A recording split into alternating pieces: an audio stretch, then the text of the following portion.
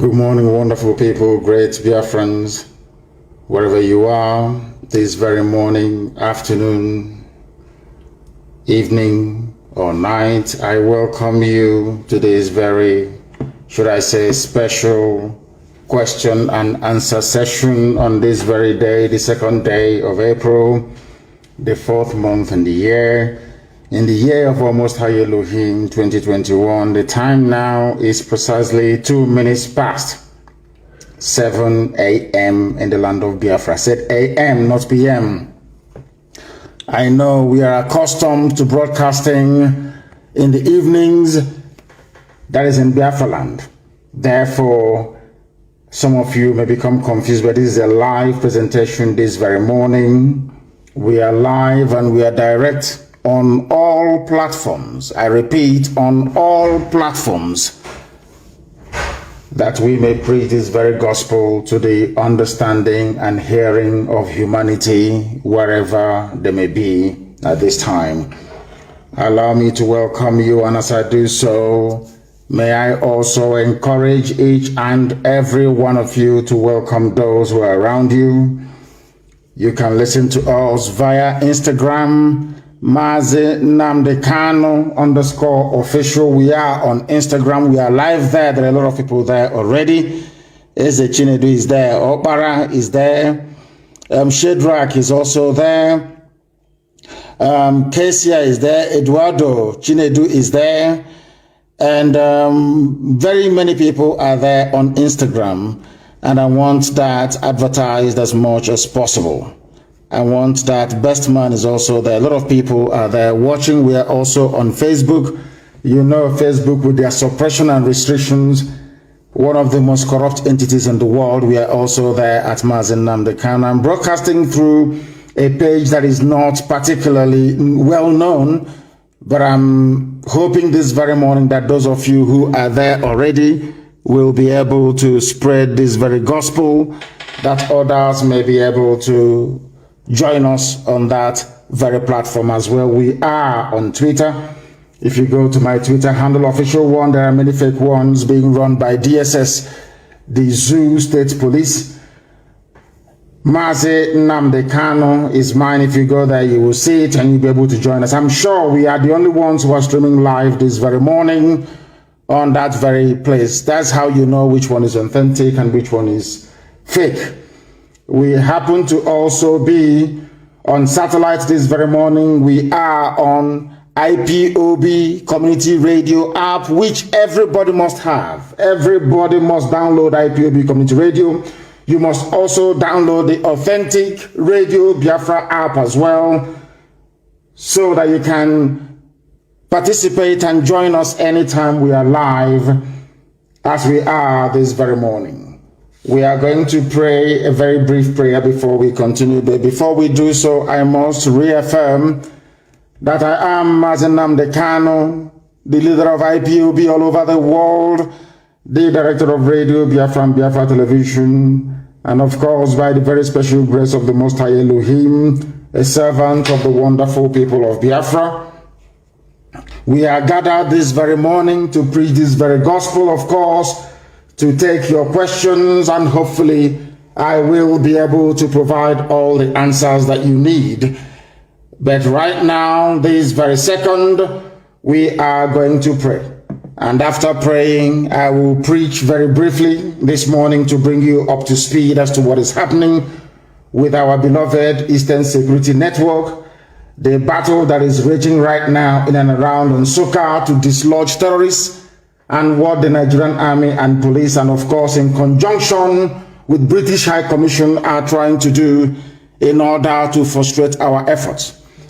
This very morning, all over the world, people are going to listen to this very gospel as we preach it, and of course be able to learn from it. But before then, we must pray. Our lines are not open, please. I don't want anybody to call us now. Our lines are not yet open. That means you're not listening. Because if you're listening, there is no way you'll be calling us by this time. I know that some of us are very desperate to try to get their calls through. When our lines does open, please, I will take all your calls to the best of my ability. But this very morning, afternoon or night, depending on where you are, we must pray. And I'm going to pray in English language this morning, a very short prayer, a prayer prayed by Yeshua when he was on this very earth. A prayer extolling the supremacy and irreducibility of the Creator in heaven. That upon that very name and name alone, everything that was created was made possible. Our Father who art in heaven, hallowed be thy name, thy kingdom come, thy will be done on this very earth in the land of Biafra as it is in heaven. Give us this day our daily bread, and forgive us our sins as we forgive those who sin against us. Lead us not into temptation, but deliver us from evil. For yours and yours alone is the kingdom. All power and glory is yours. This we acknowledge now and forevermore. He said, a very simple prayer, but one prayed by Jesus when he was on this very earth, acknowledging that only God Almighty in heaven is supreme. That was why he said, Our Father who art in heaven. We do not worship idol here. We only worship the one true God, and that is why we are going to prevail, and that is why Biafra will come in our time. This very morning, very speedily before our lines open to take your calls, I have a few things to bring to your attention. And not surprisingly, of course, the United States have now released what they call their country report on this zoological republic called Nigeria. The United States State Department, which is their foreign ministry, in charge of all their diplomats all over the world, including the U.S. mission in Nigeria. The reason why I'm touching upon this very briefly this morning is to bring to your awareness, or should I say, to bring to your attention once again what I have been saying all this while concerning the duplicity and complicity of most foreign missions in Nigeria. I told some of you, but you never listen. The thing about we black people is that we do not listen. We do not reason. We always fail to engage our brain cells each time we are pondering a very complex subject. I told all of you a while back, and consistently so, that the United States mission in Nigeria is corrupt. I told you that the British mission, of course, they are colonialists, that the mission of Britain, which is UK in Nigeria, headed by Katuna Lang, is to colonize all of you. I don't know what is wrong with us. I have no idea what is wrong with us. But I blame all of you for this very report that the United States of America released through their very corrupt State Department. I say it openly, without fear, no contradiction.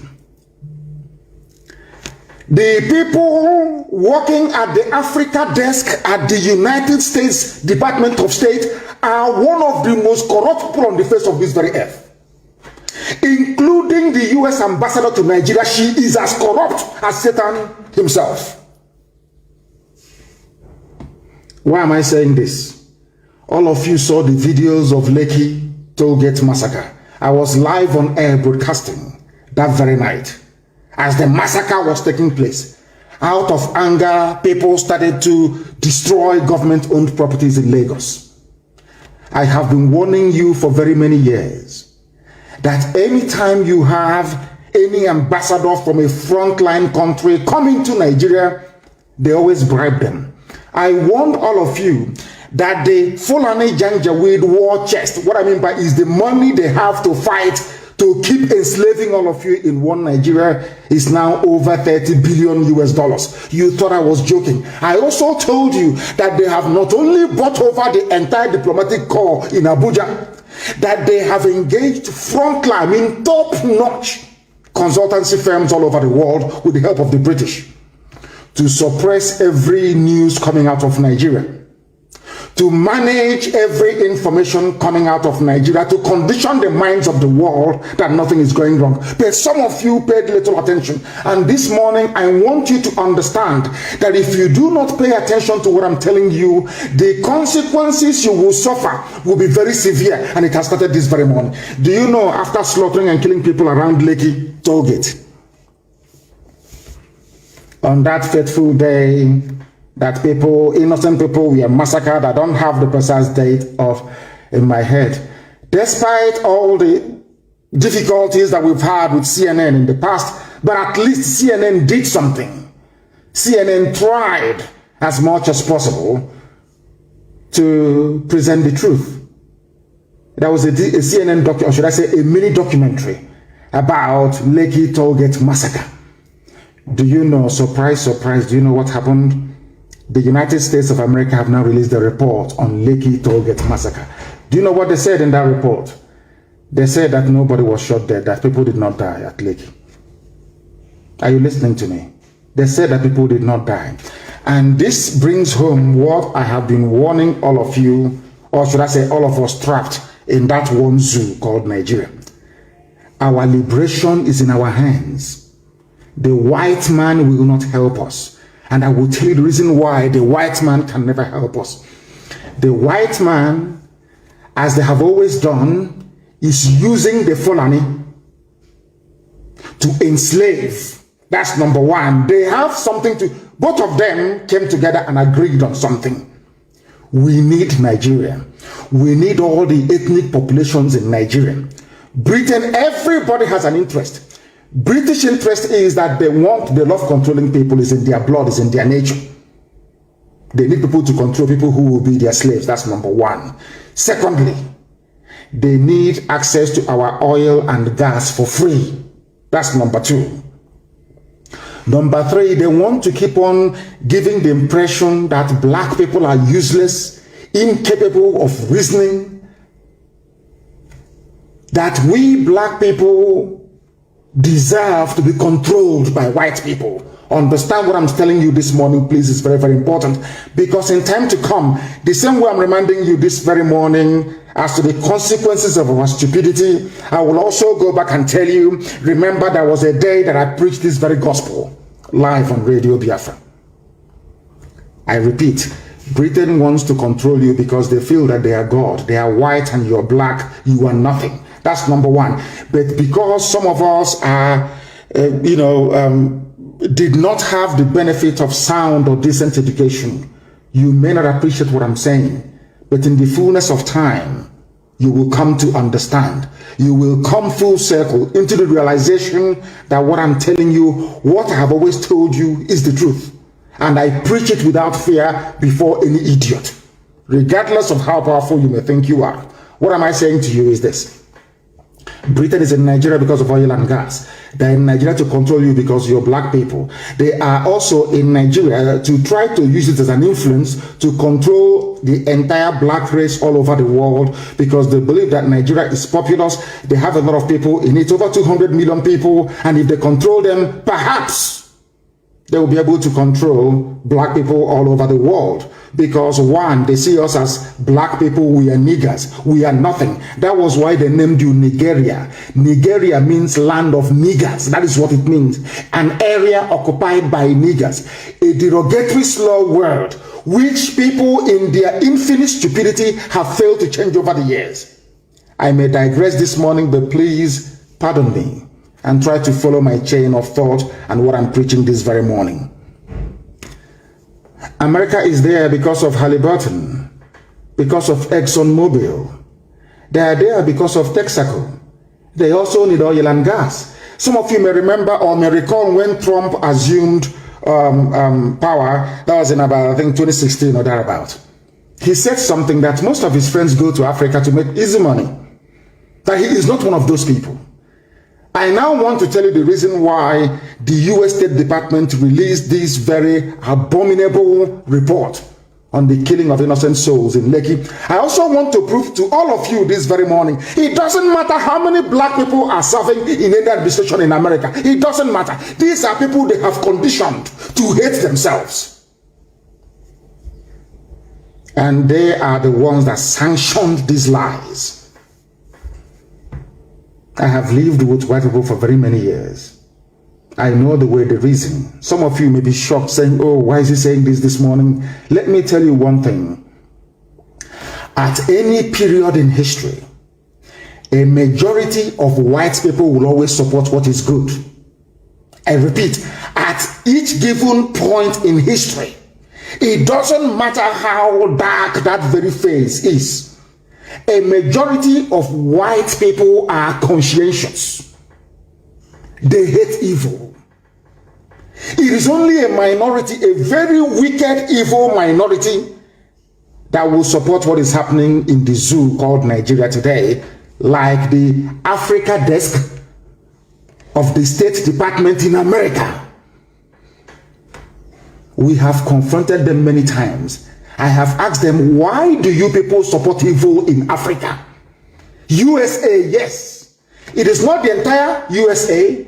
I'm not saying it is the Biden administration, no. I'm not saying it was the Trump administration before this one, no.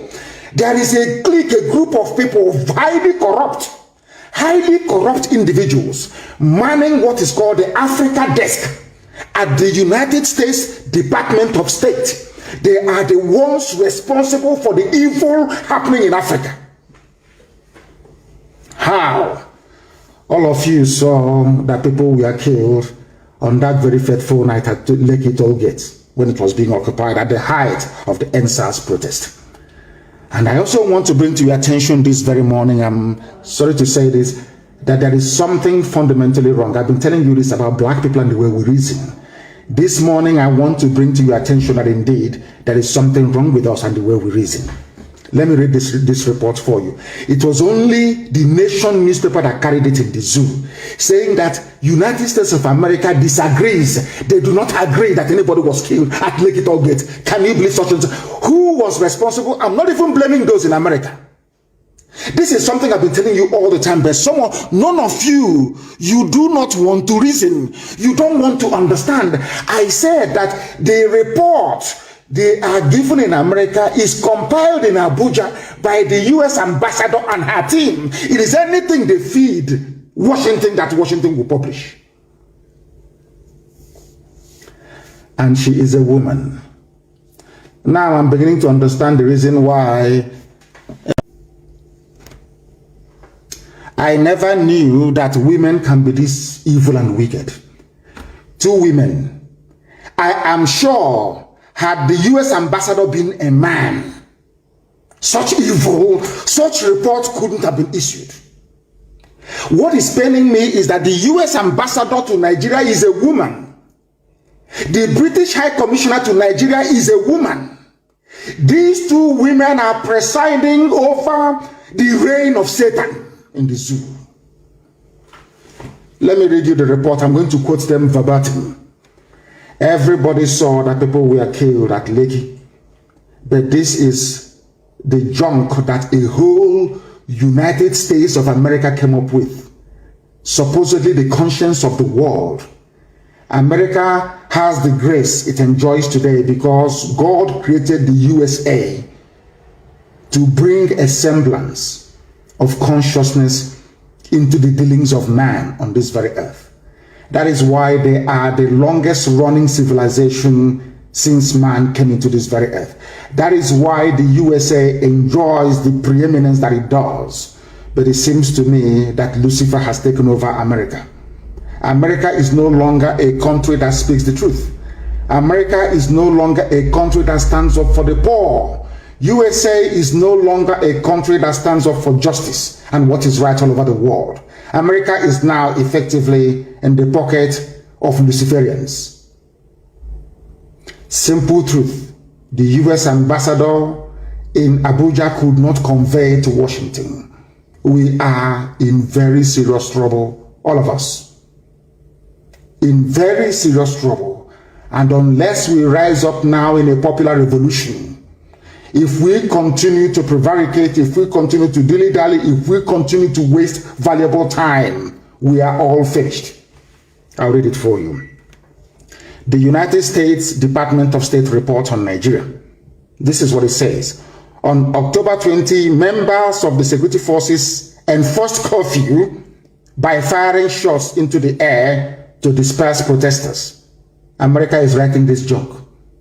The Lekki massacre that we all witnessed, America is telling us, they were not there, they're telling us that the army came and was firing shots in the air.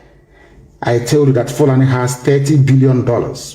They have bribed the US ambassador to Nigeria. That is why this wishy-washy evil report was issued. They are all corrupt. All corrupt, all of them, they're all corrupt.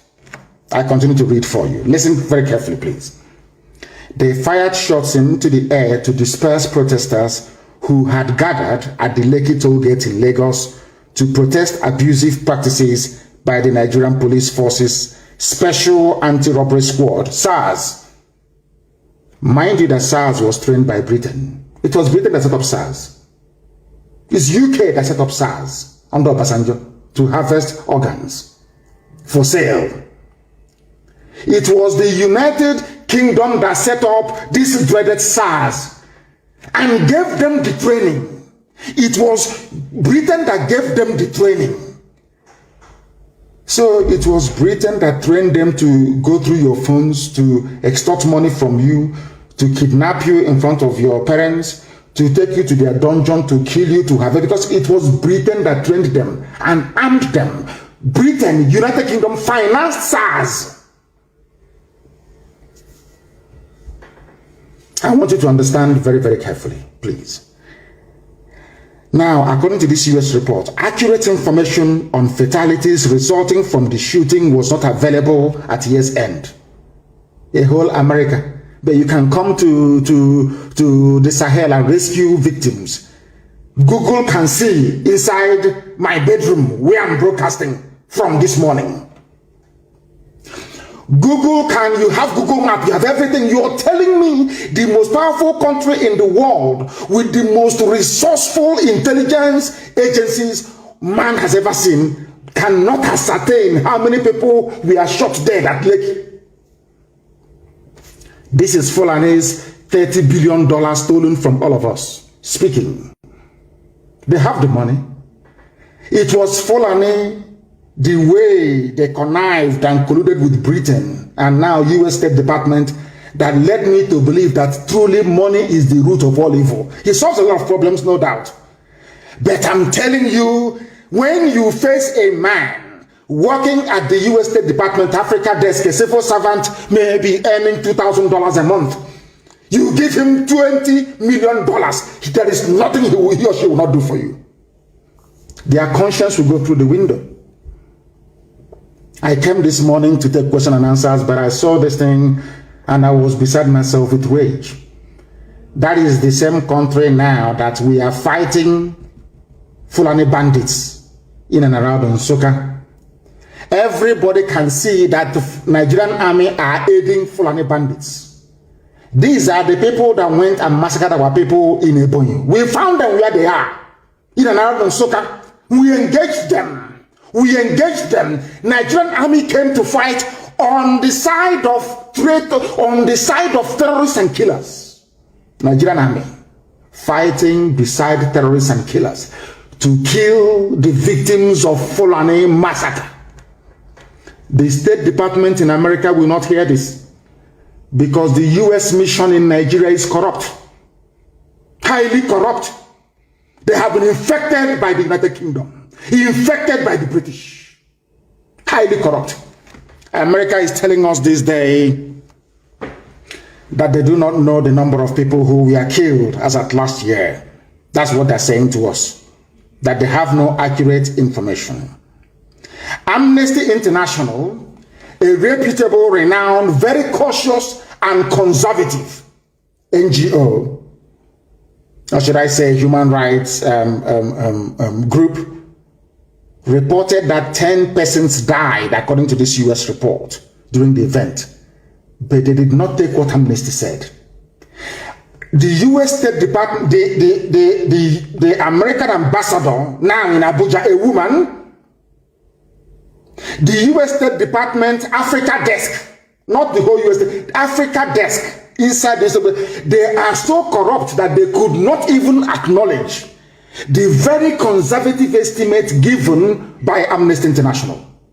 That is how corrupt they are. Amnesty reported, conservatively speaking, that 10 people were shot dead. Do you know that US State Department basically ignored that very report by Amnesty International? We continue. But the government disputed this report. So because Lai Mohammed, that even the USA knows is a liar, disputed the report by Amnesty International, that is the reason why America will not accept it, that people died at Lekki. Because Nigerian government said nobody died. That is why they didn't accept it. Unbelievable. They are now quoting the government own report. USA or America. The government reported 2 deaths connected to the event. One body from the toll gate showed signs of blunt force trauma, which means the army did not shoot this person that they acknowledged died at Lekki. That person died as a result of being attacked by those who have come to protest, his fellow protesters, or her fellow protesters joined in beating him or her to death. Do you know why they're playing with us like this? This is an example of what they do when they come for their so-called election observance, electoral observance. When they come, they will see blatant fraud. They will go to Kanu and they will see that 8-year-old, 6-year-old kids are voting. They will see all the violence against Biafran people right across the zoo. They will see ballot snatching, ballot box snatching, and all the rest of the crimes that's associated with electoral fraud in the zoo called Nigeria. They will write and say, the election was free and fair, bar for a few incidents of minor violence. I want to let people understand that if you're from any ethnic group in Nigeria, be you Duduwa, Biafra, or Kwararafa, Middle Belt, or wherever you come, even Hausa, that have been swallowed by Fulani, you must rise up to assert your right. You must rise up now to fight to be free.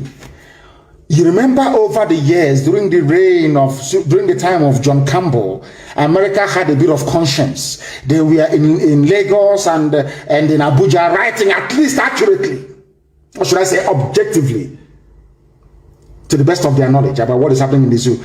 The more the years go by, the more the Fulani succeed in corrupting as many people as possible. They have corrupted AFP, an independent news gathering organization. They now issue fake news. They now fact check the same fake news that they issued. They are the ones to issue it. They tag Biafra or IPOB to it. The same AFP would now do fact check on fake news that they themselves released. They have bought over Facebook. All of you are aware of that.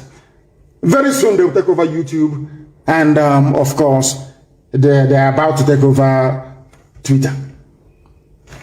Because each year, black people in Africa, every year, you fail to act to be free. The more deeper the hole that you're digging for yourselves, we can never ever be free. I'm just telling you now, unless by some miraculous fate or divine intervention, the conspiracy, when I was reading this report, I was so shocked. The level of conspiracy to emasculate black Africa, the level of conspiracy to ruin us as a race of people, aided and abetted by fellow black people. Shocking. America said, they didn't even acknowledge. They said, Amnesty said 10 people were killed. Nigerian government said only 2 were killed. And out of those 2, 1 suffered signs of trauma, which means that person was not killed by the army. A second body from another location in Lagos from another location. Look at how America is lying for Nigeria. From another location, not at Lekki Toll Gate. Should I continue this broadcast this morning? Or should we go back and start prayer and fasting, asking God, what did we do wrong? Why this level of humiliation? Why did you create a people? Did you create us to be servants? Did you create us to be slaves? What did we do wrong? What is it about black people that you hate us so much? What is it? What have we done? I'm asking God this morning. that blatantly a country like USA, I think what we need to do is, I don't know if we are allowed to take the US State Department to court in America to justify this very report. I don't know if their laws allow us to do that. I will ask my secretary if there is any law that can allow us to challenge this report in a court of law in America where all the evidence will be made manifest. They are telling us that USA is telling us that Nigerian government said 2 people died. One at the scene of the protest at the toll gate from blunt force. Listen carefully. I don't know how to explain to people to understand. How do I explain this that the brain of a black man can understand what I'm saying? In what way can I explain this? I'm asking you people how. Now listen. America is effectively absolving Nigerian army of any blame for the shooting at Lekki Tollgate because they know that the person that actually gave the order to kill the protesters is Katrina Lang, the British the UK High Commissioner to Nigeria. That afternoon she was with Tinubu. Before she left Tinubu's house, a lorry load of thugs from Tinubu's APC left Mushi with cutlasses, axes and machete to go and attack protesters. And that evening the army opened fire on protesters. It was Britain, it was United Kingdom that arranged the massacre through Tinubu. We all know this. All of you listening, you know. But because you are black, because some of you are highly idiotic, you cannot stand up to face or speak the truth. You all know what Tinubu did. Everybody knows this. Now, USA is siding them. Britain have now managed to convince, United Kingdom now managed to convince the USA to side with evil. That is what I find, that a whole USA, of all people, America, the hope of the common man on this earth, at least in a temporal form. Everybody looks up to the USA as the policeman of the conscience, the guardian of the conscience of humanity. Look at how they are behaving in Nigeria. And the ambassador is a woman. I never knew that women can be this wicked. I never knew. I thought being mother, no, I'm not sure they have any children, that being women, they will have that, you know, that motherly instinct, that empathy, to empathize. Everybody, I felt rather very foolishly that these 2 women will see the victims of the slaughter by the Nigerian army as their own children and do what is right. But because of money, Fulani has given them money. Because of money, they are now writing what is in essence rubbish to justify the killing of other people's children. 2 women responsible for this nonsense. The government reported 2 deaths connected with the event, but the army did not kill any of them. The one found where the army stormed died of trauma, which means if it were the army or if it were to be the army that shot him or her dead, you would have seen bullet wounds on the body. The one that had bullet wounds was recovered where the army did not go to. Do you see how they are consultant? Basically, Nigerian consultants in America wrote this report for the State Department and just published it. And we are all black people in Africa. Every day we claim we are suffering. Every day we claim that our quality of life is so poor. Every day we claim we're impoverished, but we are the ones responsible for bringing this mess on top of our heads. This type of nonsense couldn't have happened in a place like Japan because the Japanese people are one people, one culture, one value system, one social configuration. But in Nigeria, you don't have, Biafra is different from Oduduwa. Oduduwa is different from Arewa, Fulani Janjaweed. Fulani Janjaweed is even different from those in the Middle Belt. We are not together, we are not one people. That is why a white man can come in and tell us, after what we have seen with our 2 naked eyes, telling us that what we now saw is different. What you saw at Lekki Tollgate is not the truth. The white man has spoken. I weep for we black people, and I weep for Africa. Because the problem is that It's like a black man enjoys suffering. A black man loves to be subjugated. It's like a black man loves to be a slave. A black man, you know, I don't know what it seems to me that if our existence is not validated by a white man, we shouldn't exist at all. Lies by U.S. State Department Africa Desk. A second body was found somewhere outside Lagos that had bullet wounds. I'm reading you the report itself. The government acknowledged, according to the United States government, acknowledged that soldiers armed with live ammunition were present at Lekki tollgate. Now, who shot those people that Amnesty said died? Let's say 10, for instance. It's still not the army. At year's end, the Lagos State Judicial Panel of Inquiry and Restitution continued to hear testimony and investigate the shooting at Lekki tollgate. That's the end of that's it. End of story. And let me tell you how evil these people are. I want to tell you how evil the Africa desk at US State Department. I want to tell you that these people are demonic. They are demonic. They are possessed by loose. They are demonic. Satan is working with them. There's another section called disappearance. I'll read the report for you as well. In August 2019, to mark the International Day of Disappeared, Amnesty International issued a statement calling on the government to release immediately hundreds of persons who had been subjected to enforced disappearance and held in secret detention facilities across the country without charge or trial. They are talking about Biafrans airlifted from Obibo, but they cannot say it. Because if they say these are Biafrans airlifted from Obibo being held in secret detention facility, the world will ask questions regarding Biafra. So they never mention any names. Are you following?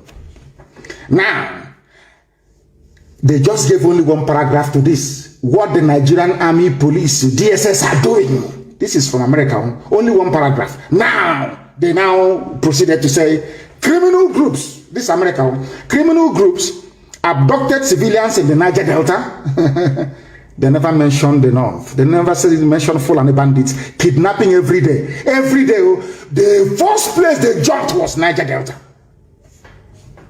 which is Biafra land. They cannot say Biafra, so they say Niger Delta, because the idiots that call themselves Niger Delta don't understand the divide and rule mentality that these people are using to cage them in their ignorance. That is why Ogoni has not been cleaned. Nobody can ask, why is it that Ogoni land has not been cleaned after all these years? They fail to understand one simple fact. If you allow yourselves to be divided, it makes it easier for your enemies to conquer you. If you're a conquered people, why would they clean Ogoni land if you're a conquered people? Now listen. The one paragraph to what Nigeria is doing, kidnapping, locking up people and executing people extrajudicially. Now they say criminal groups. They never refer to Nigeria as a criminal group of kidnapping people. No, not at all. Once you're kidnapped by the Nigerian state, you are a victim. You are gone. America will not look for you. It's even Britain as encouraged. United Kingdom are the ones encouraging the Nigerian government to do it. To put fear in people so you cannot fight for your right. Now listen. They said, criminal groups abducted civilians in Niger Delta, the southeast. Have you heard them now? And the northwest. What Fulani bandits are doing in the middle belt, in Benue and Plateau, America did not mention it all. I want you to remember again what I told you before about the $30 billion war chest El Rufai and his team they have at their disposal to bribe anybody bribable in the world. Let's say you are Biden. Are you going to say no to a $1 billion bribe from Nigeria? The answer is no. You will take it. You will take it. I don't care who you are, you will take it. That's what they're doing. Do you know America said that people in the southeast are kidnapping people and abducting them for ransom? I want the US ambassador to tell me the day that any group from the east, I mean Biafra land, kidnapped anybody and said pay us ransom. Where? What date? They don't have it. But we are here. They said we are bandits. Do you see how they lie? And this report, because it was written by white people, you know, they see we black people as liars, and so sometimes with some justification, of course. Because this report was written by white people, it is gospel. You understand? Nobody can question it. It's by whites now. You're a nigger, you're black. Who's going to listen to you? Nobody. After all, as their warped reasoning convinces them, you're black because God hates you. That's why you're black. That is why every other race can climb on top of you and do whatever they want to do, because you're black. And moreover, you hate yourselves anyway, and you cannot reason or think properly. America is now saying Niger Delta, Southeast, which is Biafra land, and the Northwest, not Northeast, we are the rages. We are full and a banditry is in abundance, often to collect ransom payments. And I want to ask the U.S. ambassador, when did you hear that anybody collected ransom in the Southeast? Or South for that matter? When? Where? When? In the last year? This is your yearly report. When? But you have put us here. So when diplomats are reading this all over the world, they'll say, oh, there are bandits. Also, Igbos are bandits as well.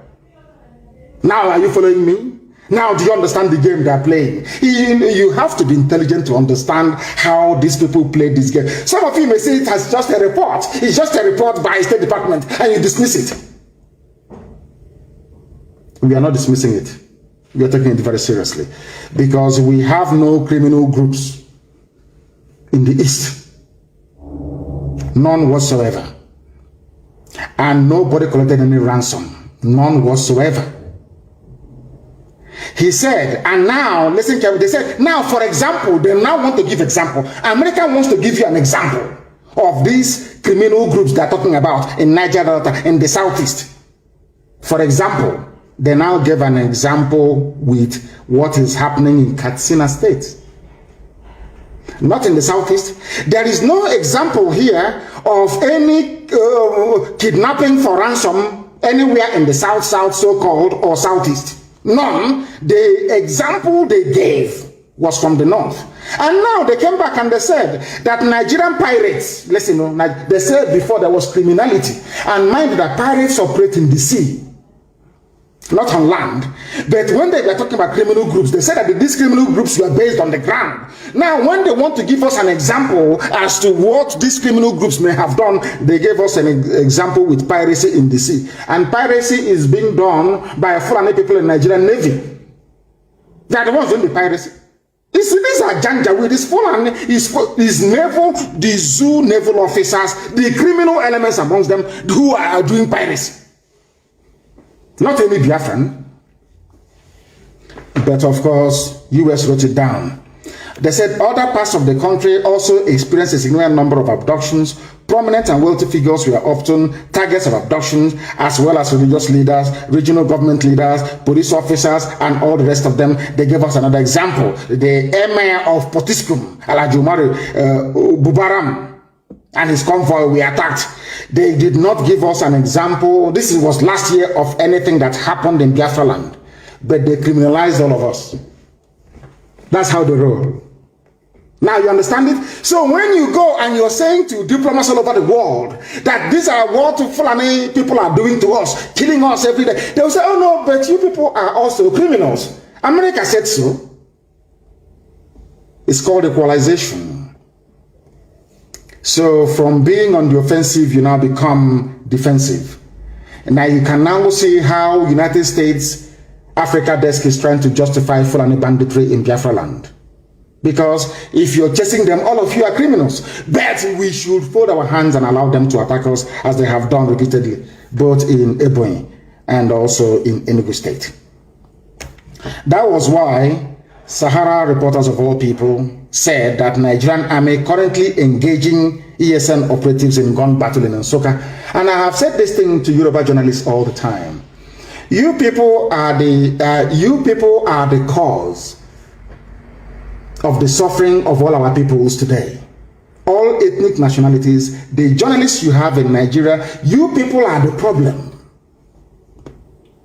You people like the United States Africa Desk inside the State Department, you people are making it a lot more easier for our conquerors to come in to conquer us.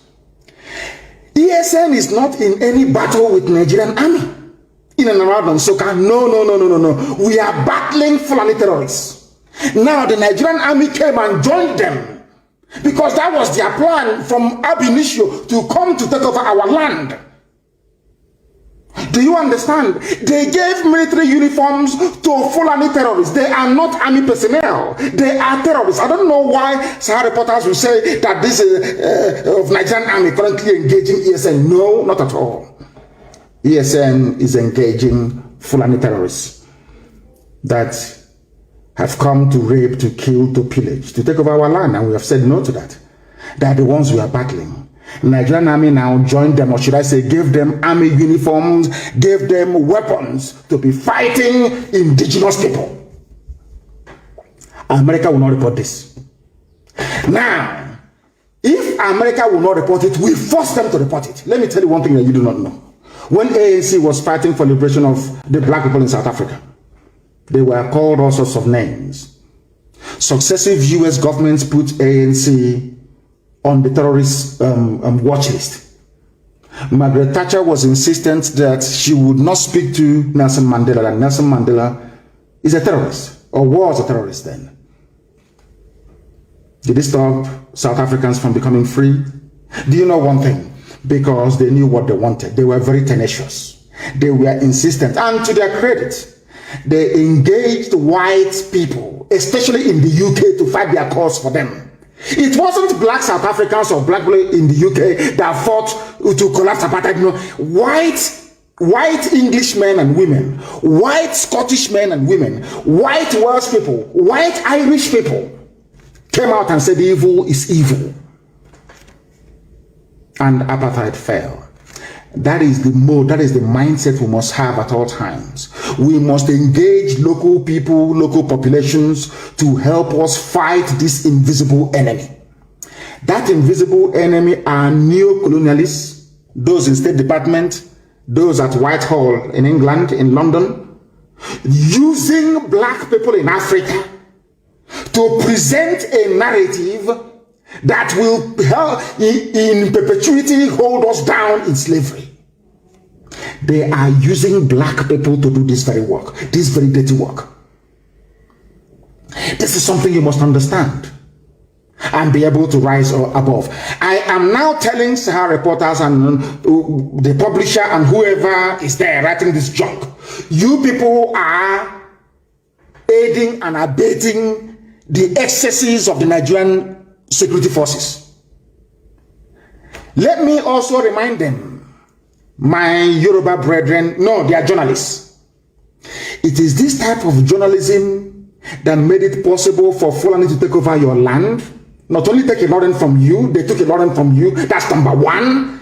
Now they have sent some of you into exile in Benin Republic. It is this type of reportage, this type of journalism, junk gutter journalism. You never knew that Fulani were there terrorizing our people in Nsukka. All these years, you never reported that. They went to Ebonyi, killed us, ran to Nsukka, because we said we'll find them. We have found them and we're engaging them. And Nigerian army have come to support them. The same way, that is how your own village, maybe somewhere around the Obumosho, will be taken over by them. You know the funniest thing? Shame won't even allow you to report it. That's why I say to Yoruba journalists, you say, the more you write all this, your junk in support of Fulani Janjaweed Buddhism, the day they attack you, shame won't allow. That is why there are Yoruba people in Benin Republic as refugees, but you cannot write about it because you are ashamed of yourselves. These are the things you need to understand. And as I have said before, and I will continue to say, black people should stop allowing themselves to be used by white people to work against their own collective national interest or survival as a people. Any day we realize this, we would have survived it. Now is the time for uprising. America will not save you. Britain will instead, they will join your oppressors to kill all of you.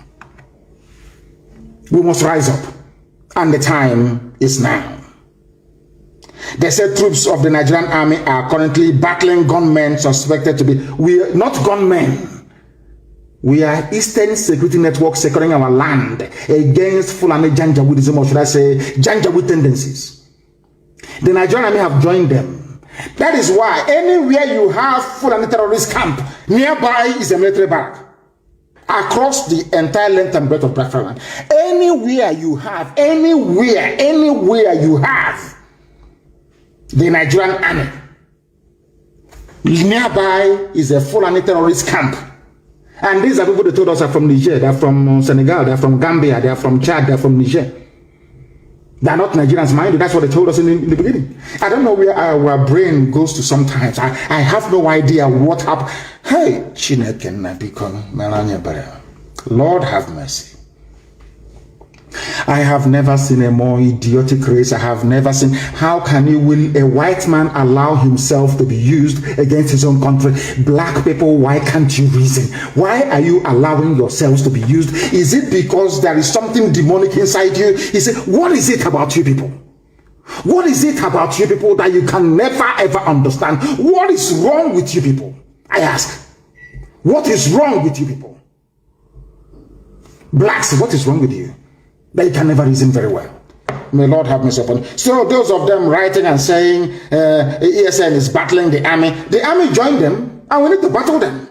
You're joining terrorists to come and kill our people in and around Nsuka, in fact, Enugu and Ebonyi. And you want us to keep quiet? You must be dreaming. You must be joking.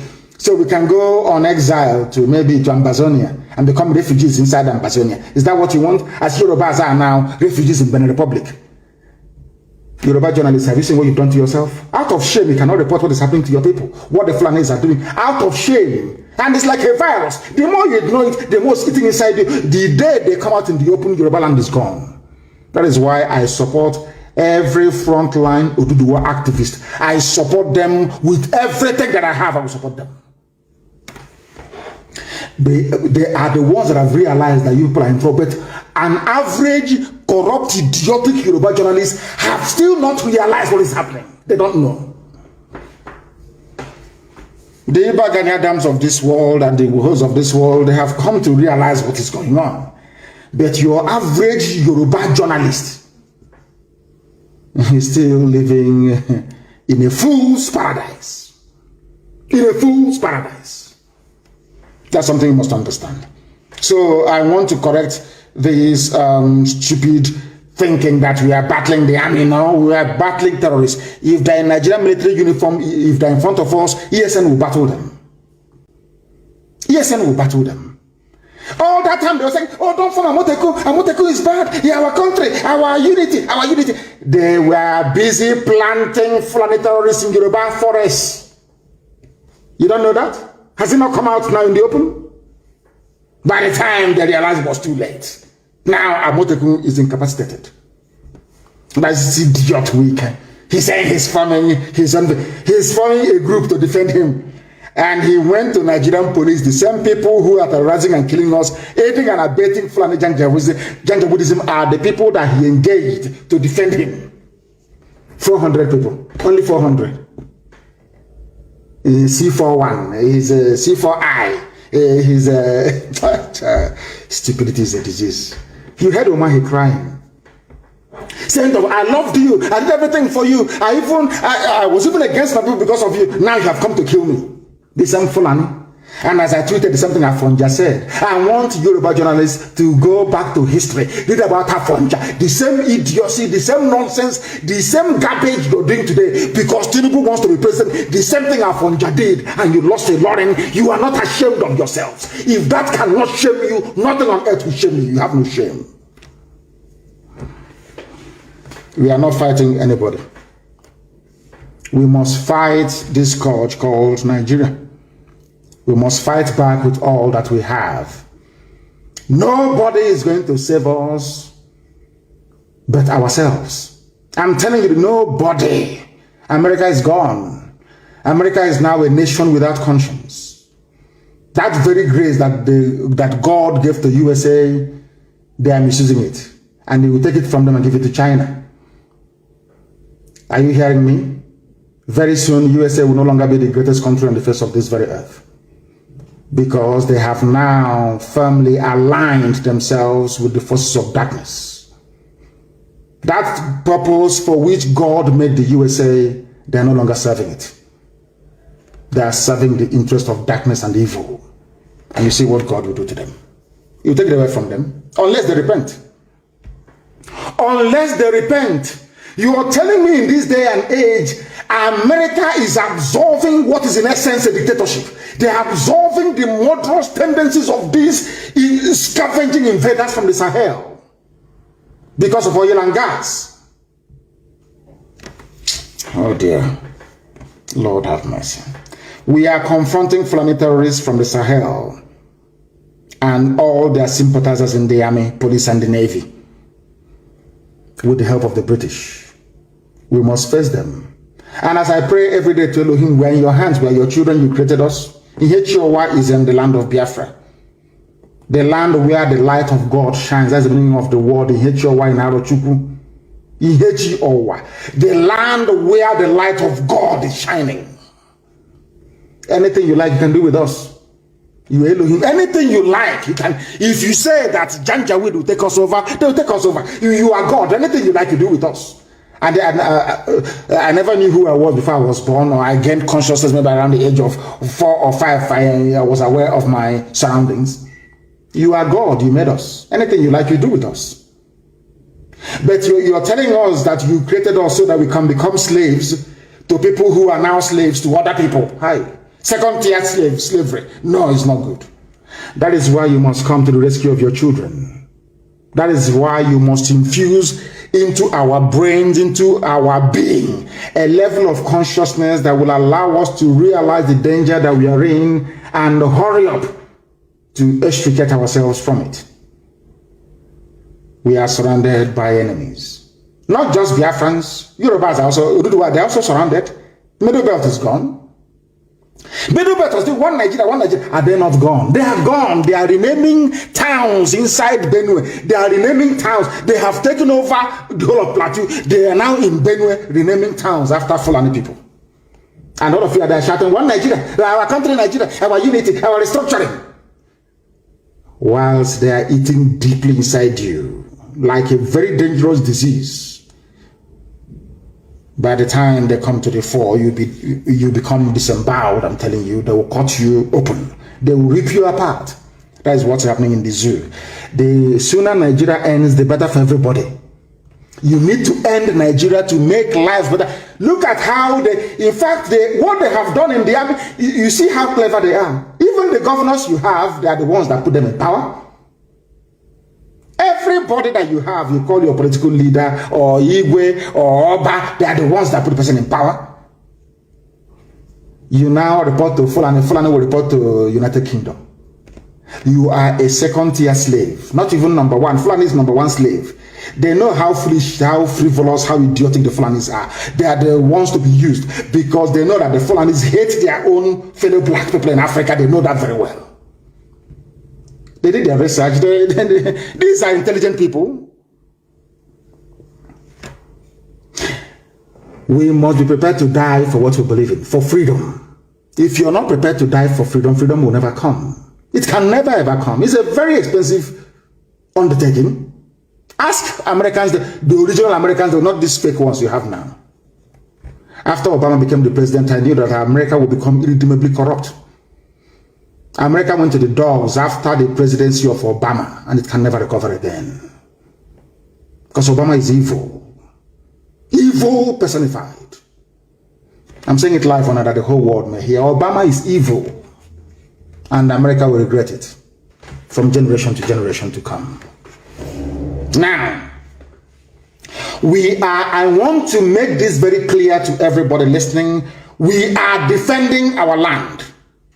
We are defending our land against foreign bandits, foreign Fulani killers and murderers. If the army decides to join them, that's entirely their business. Some people are asking us, you know, those idiots, they used to ask us, where is their defense fund? Where is this? Where is that?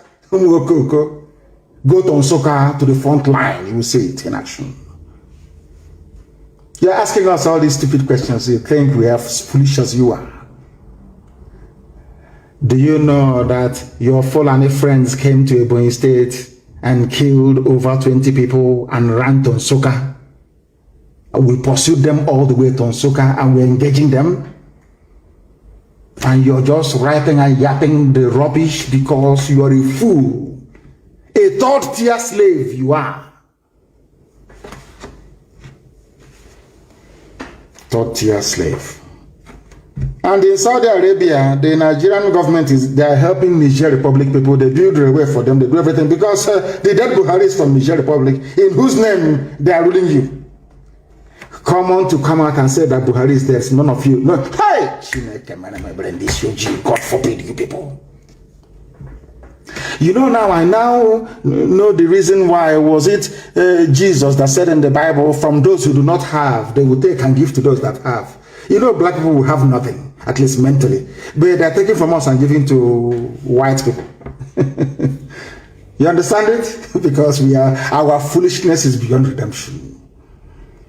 They're helping Niger. You see, it's in the news. Evacuation in Nigeria consulate. They are processing the one for Niger citizens first before their own people.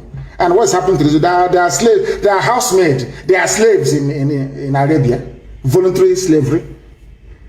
Black people without shame. You know we have no shame. That's why things are the way they are with us. And those of them saying, count us out of secession, secessionism. We are indigenous people, we are aborigines. That's what they said to Yoruba. Now they are refugees in the Republic. You know, people are fools, you know, you can't reason very well. That's what they will say, oh, we are on our own. We want to be on our own. Whereas Sokoto Caliphate, they claim together with Hausa. Did they, all this dancing naked in public that you people are doing, are they doing it? They said, we are from Bayelsa, Rivers, Akwa Ibom and Cross River, Brack. Coastal Aborigines say they are not in support of agitation for secession. And I keep asking them, people talk this nonsense, idiotic, white people talk this rubbish about secession. Nigeria became a country in 1960. People were born in 1950, 1940s, 1930s. How can they secede from something that they're older than? I don't know where our mentality, God forbid, what is wrong with the brain of a black man? How can I secede? I am older than something you're telling me to say I'm seceding from. My father, my mother, my grandparents, they all, my uncles, they're older than Nigeria. Nigeria is only older than me by only 7 years. I am older than my people, my uncles are older than Nigeria. How can they secede from something that they're older than? So who were they before this secession rubbish came into being in 1960? Do you see how you people denigrate yourselves? Do you see how you insult yourselves? Do you see how you make a mockery of your education? Secessionist. Seceding from what? Something a white man created for his own amusement. How about my grandparents? How about my ancestors? Where are they from? I ask you. I ask you, where are my ancestors from? I am seceding from something that was formed only in 1960. The entire cabinet of Nigeria is older than Nigeria. Who were they before Nigeria was formed in 1960? I'm asking you, talking about secession. I am asking you a simple question. Can you answer it? You cannot answer because you're black, you're stupid, you're idiotic, you have no brain. You cannot answer it. Can you? How can I secede from something that was born in 1960? God have mercy upon your ignorant souls, you black people. You are a shame, you're a disgrace to even your own selves. Secession, secession, secession. Seceding from what? I'm asking you. Something a white man created, and you're not even ashamed of yourself to use the word secession. Mad people everywhere. Brag. That's how they deceive you. The day they come to take your land, you'll be crying like a little baby. The history of Hausa people are there to remind you how not to treat the Fulani.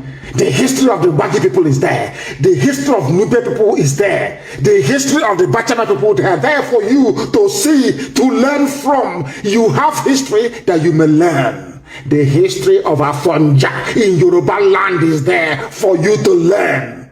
how the Fulanis behave, but idiotically, you will never understand because you're black and you're useless. You are created by a white man. Nigeria is a product, is a racist product of a white man. You idiots, understand it for once.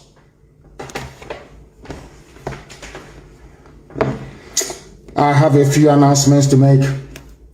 Some people are saying, before the announcement, some people say, Tinubu went to the north. I said, Yoruba and Fulani, they are one. We are one people. Somebody said the same thing a while ago, and the Lordin is gone. Kwara is gone. They've taken it. Yet you cannot reason. You cannot think. Yoruba and the Fulani, they are one. If Yoruba and Fulani are one people, why did they not allow Awolowo to become the Prime Minister of Nigeria or the President of Nigeria if they are one people? If they are one people, why did they not allow Abiola, who was even a very close friend of all of them? He was also a Muslim like yourself, Tinubu. Why did they not allow Abiola to emerge? They only allow the fool they feel comfortable with to emerge, like Obasanjo. Did Obasanjo vote for Awolowo? Why is it that I will never speak to Obasanjo until his death? Because Obasanjo voted for MPN. Obasanjo is a complete Fulani slave. He only found his courage a few days ago. He's a slave of theirs, and he knows it. And maybe Tinubu wants to outdo him so they can give him the presidency. Stupid idiots everywhere. He said he went there because they are one. And they must remain one. Because they are in-laws. Your son is married to our daughter. And I want to ask the Oshomole. The wife of Oshomole is from Cape Verde. Is that not correct? Oshomole is a beautiful wife. From Oshomole, the monkey of Edo, is from Cape Verde. Now, is Oshomole going to say, because I'm married from Cape Verde Islands, let us be one country with Nigeria? Or Cape Verde should be a part of Nigeria? Do you see how the reason? What is it that the Yorubas have in common with the Fulani? Absolutely nothing. You're not even the stupid religion, because the Yoruba Muslim is more urbane, more sophisticated, more learned than the stupid Janjaweed idiot from the Sahel. You have nothing in common, but because you want power and access to oil. It reminds me of Apapa War of Antinkan Island. I remember when I will say, you know me, I speak the truth. I remember when some Yoruba people, out of spite against the Igbos and Biafra at large, they did a deal with the Fulanis. The only way we can allow, with Babangida actually, the only way we can allow the capital to move from Lagos to Abuja is if you say that every major freight coming into Nigeria must come through Lagos, so we can make money. Babangida agreed. They had a deal. They moved the capital to Abuja, and then said that only Lagos seaports, the Tinkan and Apapa, will handle all commercial shipping into Nigeria. Today, there is gridlock. Today, they are choking. Today, they are begging. But you will not have one Yoruba man come out and say, open Warri Seaport, open One, open Iguacha, open Calabar. Never. They will never say it. But Apapa is choking. Every day is choking. Goods are being destroyed. The economy is losing a lot of money. I want the world to understand how these people reason. I speak the truth always. It doesn't matter who you are. As I've told the US State Department, their Africa desk, they are more corrupt than Mobutu Sese Seko. They are white people, but they are as corrupt as Lucifer himself. That in America, I will tell you the truth. You may not like it, but that is your business. Eventually, you will come and say, oh, what you're saying is correct too. Tell me why America will issue such a wishy-washy report if their ambassador in Abuja is not corrupt. Just tell me why. And do you think the way to fight oppression is by saying, oh, don't say anything, oh, don't get them angry? Is that how to fight? You meet it head on. You meet oppression head on, that it may flee. You shine light upon it that it may flee. So let's go and bring Cape Verde, where Oshomole's wife is from. Let's go and bring let them be part of Nigeria because they are our in-laws. See how foolish these idiots are. Fulani is married to Yoruba. And so bloody what? And so what? They are married to you, yet they put you in refugee camps in Benin Republic. They are married to you, they are occupying your forests. They are married to you. useless people everywhere. From the same man, he will come out tomorrow and tell you, vote for me. I want the president of Nigeria. Your daughter is 60 years old. You are 69. You had your daughter when you were 9 years old. Yes? People, you know, black people, you astonish me. You know that in any other part of the world, having falsified his age, Tinubu should not be seen in public again forever until the idiot dies and is buried. But only in Africa, after lying about his age, some of you will be carrying it. He is 69. He is 69. But the daughter is 60 years old. I want... Let me forget you people. I'm telling you people, you make me sick. I just want to remind you of one thing. The first person to recognize that Nigeria should break up was a Yoruba man. I tweeted it. His name is Modiyu Adeniyi Oshinowo. 27 years, and he was killed by Fulani. Of course he was killed. I want Yoruba journalists to understand what I'm telling them today. Of course, so you are black, so that you know the evil nature of a black man will not leave you. That part that wants to betray, you want to serve another god. You know that thing. You know that thing in us. You know we love foreigners. We want to serve them. We want to bow before them. Once you're white, you are a god. Or even if they bring the picture of a dead actor, the actor telling you, "I'm not Jesus," you say, "Of course you're Jesus. I'll bow before you. After all, you're white." You know that mentality in we useless black people that is afflicting some journalists. I want Yoruba journalists to understand this morning, afternoon, or night, depending on where you are. The first man to call for the division of Nigeria was a Yoruba man, Mr. Modiyu Adeniyi Oshinowo, and he was killed. Why? He said, if Pakistan can break away from India, if they can disgrace Awolowo the way they did, sooner or later, they will be defecating on our heads. They will be using our head as a WC, as toilet. This man said this thing in 1960, as you were celebrating your useless flag independence. A Yoruba man, a visionary, Modiyu Adeniyi Oshinowo said, if we allow this nonsense to continue, they will come into our land and they will take it. And it's happening to you today. And Yoruba journalists is with that. Proscribed IPOB, proscribed our nation, our country. The Zoological Republic of Nigeria, a Yoruba man. Let me use your term, secessionist. The foremost secessionist in Nigeria is a Yoruba man, Mr. Modiyu Adeniyi Oshinowo. I tweeted it. Go to my Twitter, you will see it there. Because you don't know history, you have no regard for knowledge and education. But here we educate you, we enlighten you, we bring to your understanding things that you would rather not know about. You run away from it, we bring it to your attention. Pakistan was with India, Bangladesh, all of them. Very soon Kashmir will be free. We are not one people. Why don't you get into your skull? Britain had all of them together as one country, as one India. They said, no, we are not together. They said to the white man, with due respect, we are not the same people. Hindus are different from Muslims. Pakistan is not the same as India. They left. Bangladesh left. Everybody on their own. And that is, of course, relative peace and quiet. You bring some vandals, some blood-sucking demons from the Sahel. You bring people who believe in monarchy, in bowing down before somebody. You bring Republicans from the East. You join them together as one country. Why don't you go bring Saudi Arabia and bring them into the United Kingdom and say let's be one country? You see if you have peace in one day in your life.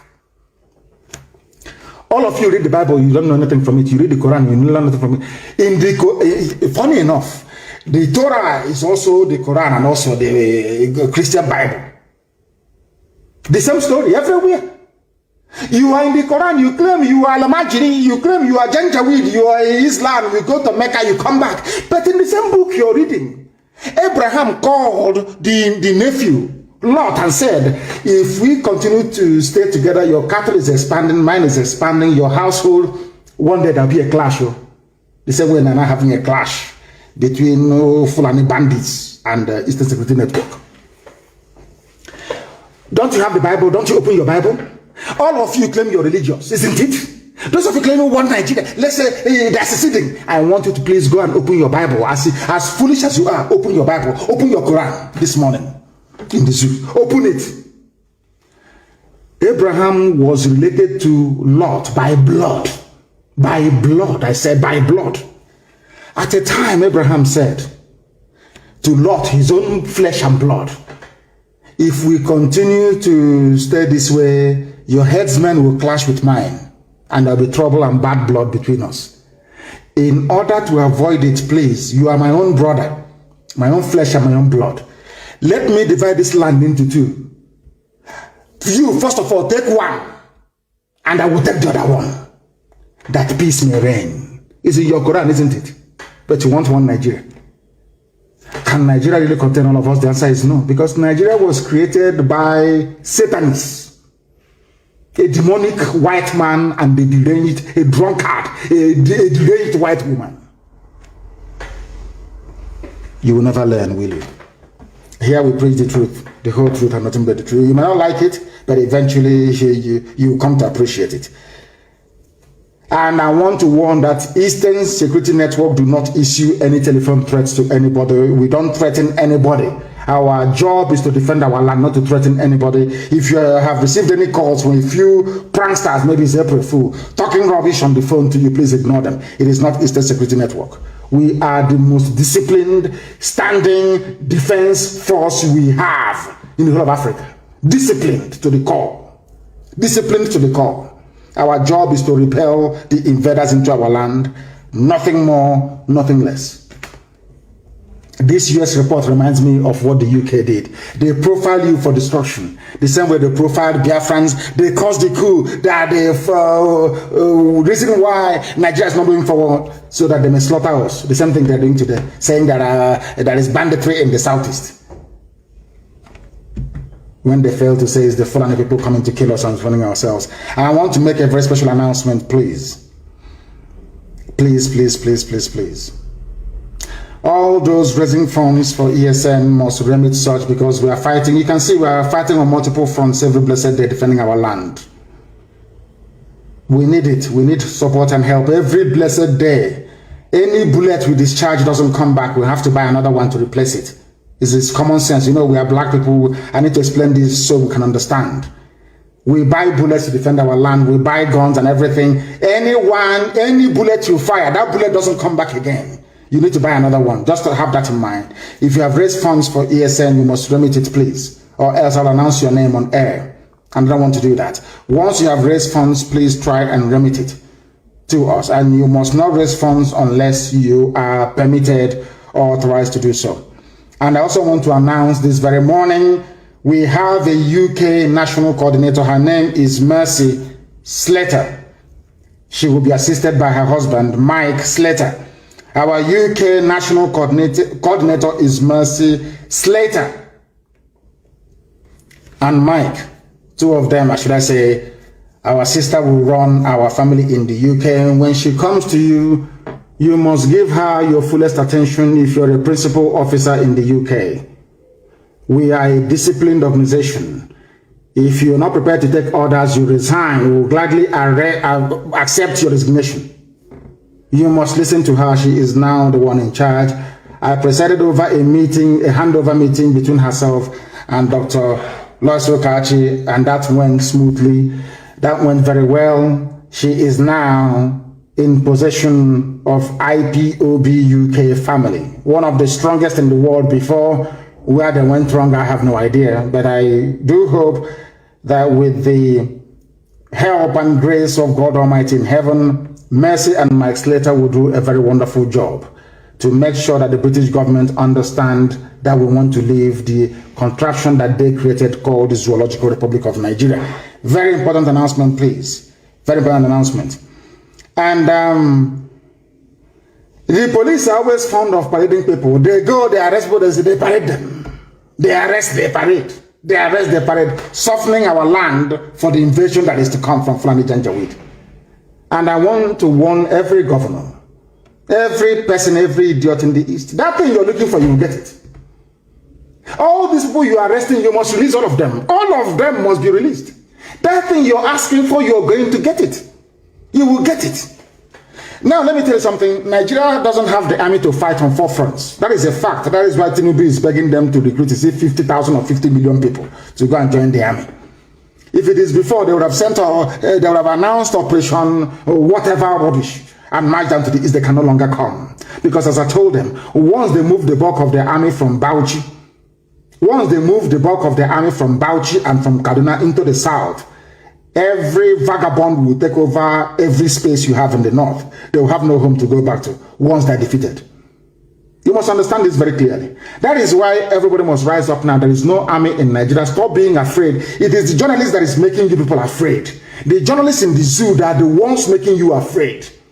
And thankfully, their land has been taken over as well. Yoruba journalists, they are the ones instilling fear and cowardice in people. They need to be very, very brave, that we may all be free from the ravages and the excesses of Fulani Janjaweedism. Keep parading. One day we'll parade you. Keep parading.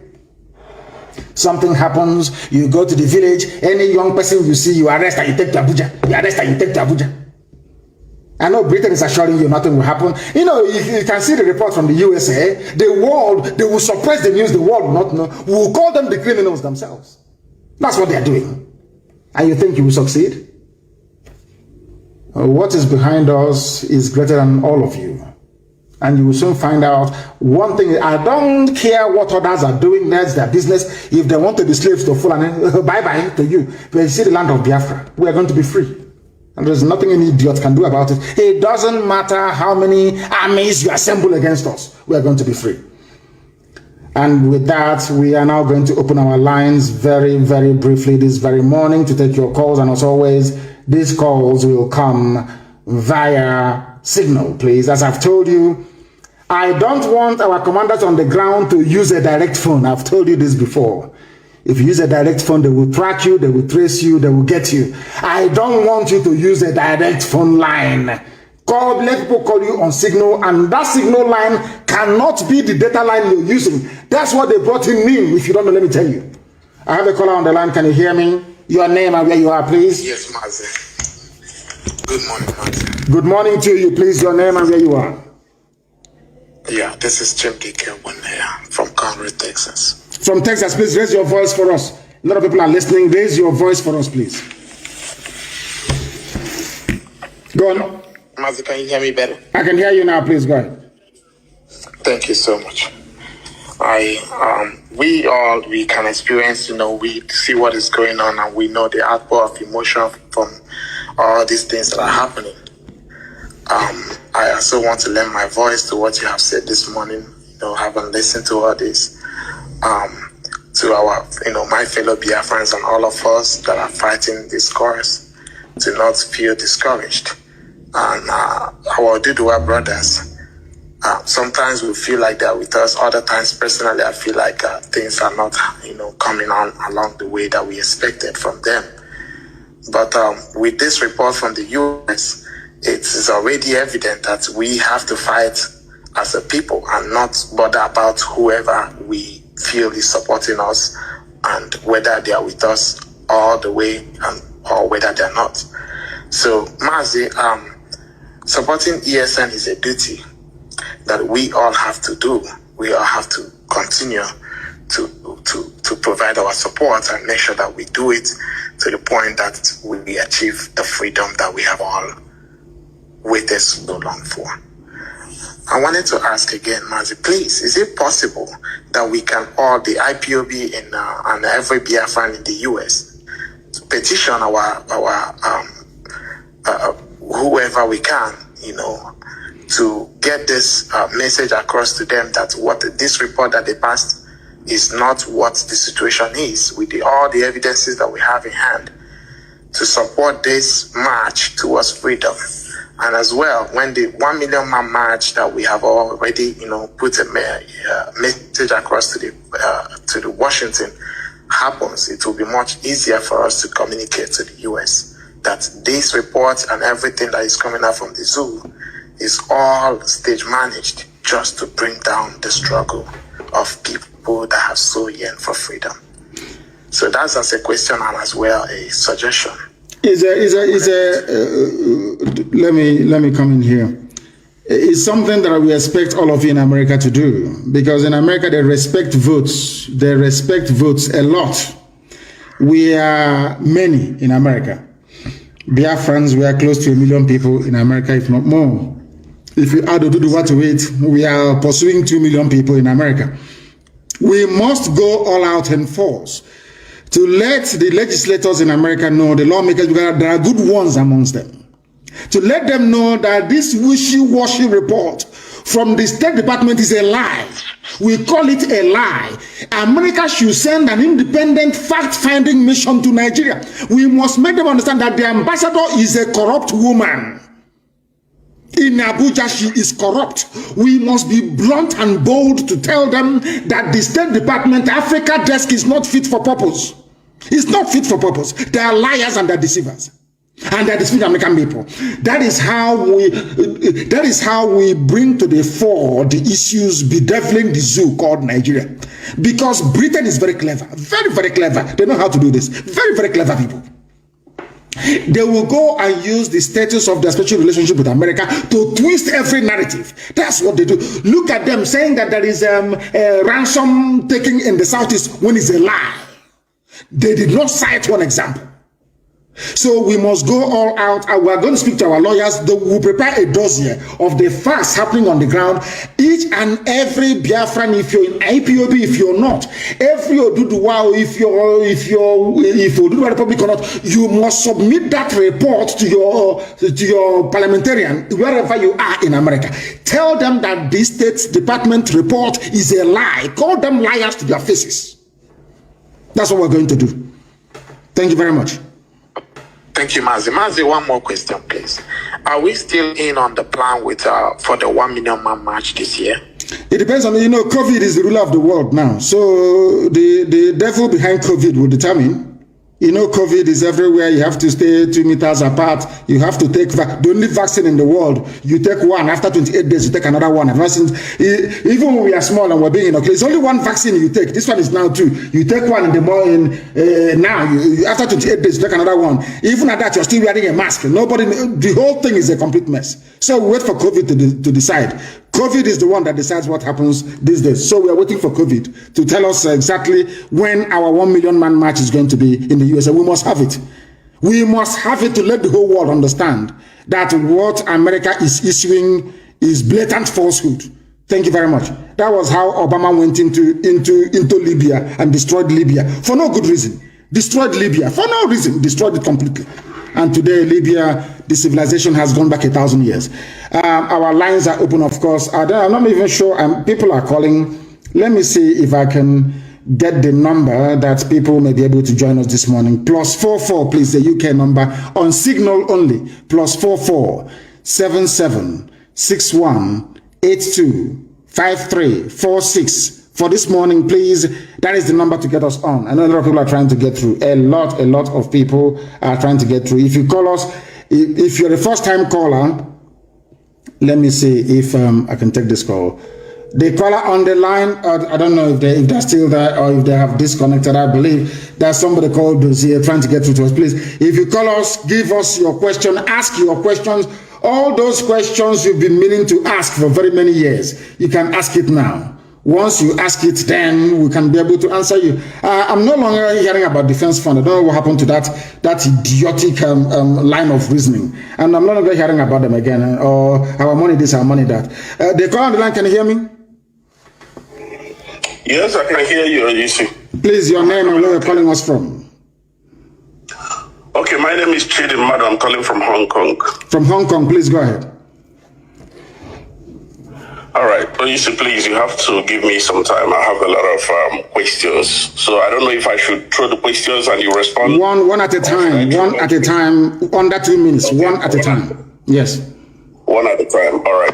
Well, Yusuf, first and foremost, I want to greet you. I want to thank you because whatever they said that you are, the people that said that you are a criminal, that you are this, you are that, all our enemies fighting you, I tell them that's exactly what you are, because if you don't have those qualities, there is no way you could have faced people like Rita and the Borg and all these people from all these years and still sustain, and IBOB still stand today and we're still doing wonders. So I greet you so much. We were together when you were in Hong Kong in 2015 before you were kidnapped by the zoo. Yes. Now, Yusuf, please, my first question is this. Where should I start? Okay, let me start by, capitalism in America, I'm talking about when Biafra is restored. Capitalism is a very wonderful thing, but it has become a monster in America that is about to swallow the whole world. You understand what I'm saying? I don't want to mention names about people that are doing whatever they are doing. Now, how do we checkmate it in Biafra to make sure that it doesn't become the monster that it has become in America? Should I throw more questions, or you want to address this? I want to address this. It's very simple. If you look at the model they run in Switzerland, in our land, we have the perfect balance, the perfect mix. That is, capitalism is about private ownership of property and to an extent profiteering, which means you do your business, and depending on the forces of demand and supply, you can either fall or you stand. So we are going to run a laissez-faire economy. We're going to run capitalism in Biafra land because it's been there from time. People have been owning properties privately, but we also have communal land. If you have forgotten, we also have land that we own as a community. So nothing is going to stop us from also doing communal stuff. Basically, is getting the balance right. If you go to Switzerland, it's there. Everywhere you have private sector participation, you also have state sector participation as well, or partnership that will help us move forward. We are going to get the blend right. Don't worry about that. We're not going to have this rampant, should I say, unconscionable capitalism where people will now build roads and charge us however much they like. That's not going to happen. The state will still participate in certain areas or aspects of our life, but in the main, we are going to be a capitalist economy. Next question, please. All right. Thank you very much for that, sir. I will take my time and listen to it again when the broadcast finishes. The next question is this: you said that there will be no guns in Biafra land, that yes.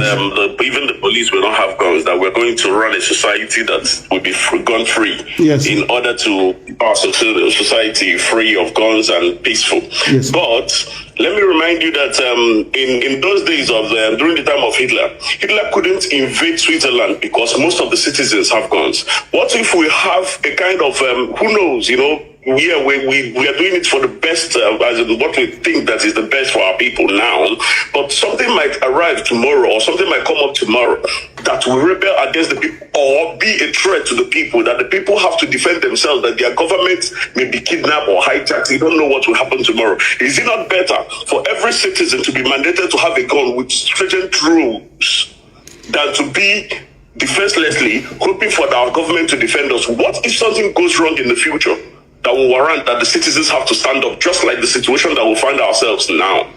Now, yes, in a normal situation, when the zoo Nigeria breaks up, to the east we are going to have our Amazonian brothers to the east, to the west our Oduduwa brethren, to the north we are going to have the Middle Belt or Kwara Kingdom or whatever you call it.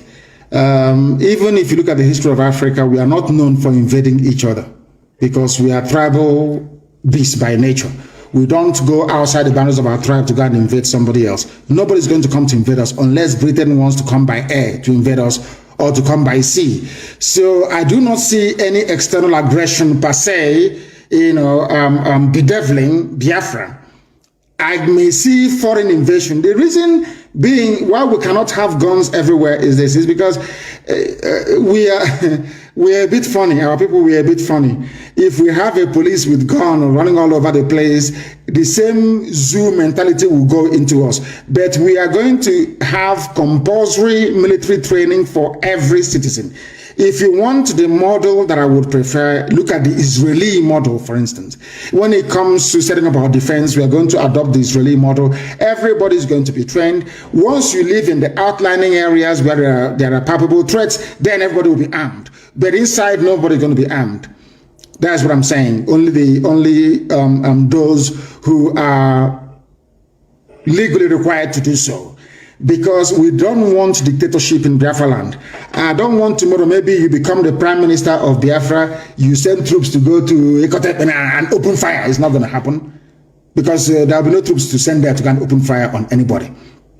That is why they cannot have guns. But in all our outlining military posts, our garrison, in all the garrison towns, of course, there are going to be guns. Our armies will be well equipped. But we are going to have more in reserve than the regular army. Exactly, is a good thing you mentioned Switzerland. In terms of the response of the populace, we have the Swiss response, yes, where everybody is trained to have a gun, but they are not. We have armories where citizens can go in and take guns once we are under threat. But if you are not under any external threat, then it's not going to happen.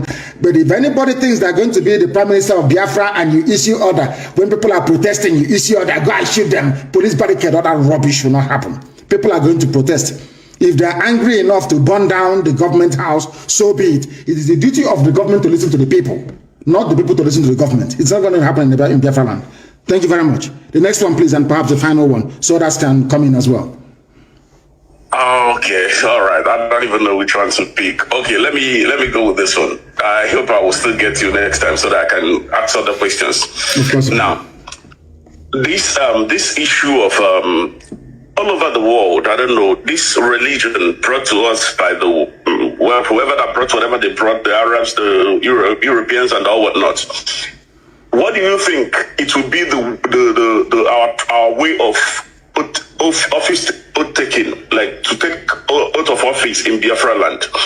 In my own opinion, I would prefer that we will use our ancient offer to take out of office in Biafra land, because this Quran and this Bible have failed us in Africa, that everyone take oath with these things and still go into be as corrupt as they can be. But I think with our ancient offer, and every clan in Biafra land knows what offer is. I think with our ancient offer, it will work for us better for them to be honest in their offices.